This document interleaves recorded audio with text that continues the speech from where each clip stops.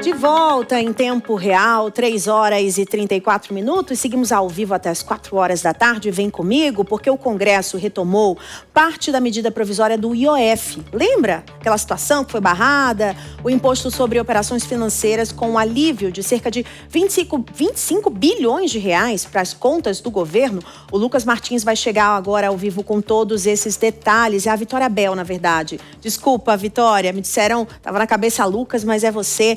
Me conta o que mudou daquela primeira proposta para essa.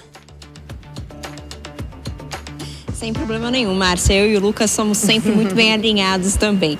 Pois é, vamos lembrar que essa medida provisória, ela tentava compensar algumas perdas que o governo teve com um corte na arrecadação do IOF, do Imposto sobre Operações Financeiras. O governo, então, tinha feito uma medida provisória com diversas ações imediatas para tentar compensar essa perda, algo que poderia gerar para o ano que vem, por exemplo, algo em torno de 20 até 25 bilhões de reais.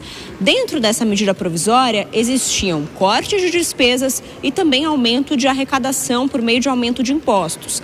Nessa parte do corte de despesas, estavam, por exemplo, a inclusão do PED-6 no piso constitucional da educação, portanto, limitando também os gastos com o PED-6, que passa a ser uma despesa obrigatória, também modificando o auxílio-doença do INSS, quando ele for concedido apenas por via documental, ou seja, sem uma perícia médica presencial, esse auxílio-doença será concedido apenas por 30 dias. Antes, esse auxílio-doença era concedido por até 180 dias. E nessa mesma medida, também estava previsto uma limitação das compensações tributárias, dos créditos que o governo costuma dar para empresas no país, e é claro, isso acaba gerando um gasto a mais para o governo. Essa medida provisória tinha sido derrubada pela Câmara, foi rejeitada pela Câmara dos Deputados lá no início de outubro, e desde então o governo passou um sufoco tentando compensar essa medida que foi rejeitada.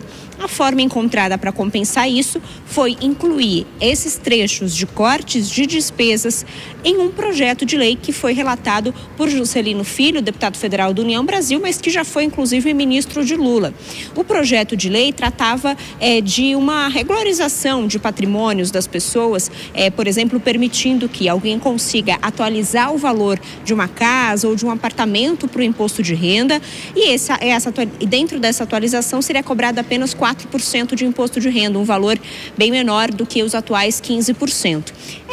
Dentro desse projeto de lei, portanto, foi acrescentado esses cortes de despesas que estavam lá na medida provisória derrubada, e o governo, então, conseguiu retomar esse fôlego de cerca de 20 a 25 bilhões de reais para o orçamento de 2026, esse projeto que foi aprovado ontem no Senado Federal e agora já segue para a sanção do presidente Lula. O que a gente também destaca é que, apesar dessa medida provisória, melhor dizendo, desse projeto aprovado que resgata parte da medida provisória, o governo ainda vai precisar de mais cortes de despesas para conseguir alcançar a meta fiscal do ano que vem. Por exemplo, o governo quer ainda fazer ajustes nos incentivos tributários concedidos para empresas em todo o país, tentar cortar em pelo menos 10% esses descontos que acontecem em impostos pagos por empresas, só que esse projeto ainda não andou. E para constar no orçamento de 2026, é preciso que ele ande até o final de dezembro. Márcia. Obrigada, Vitória Bel, pelas informações.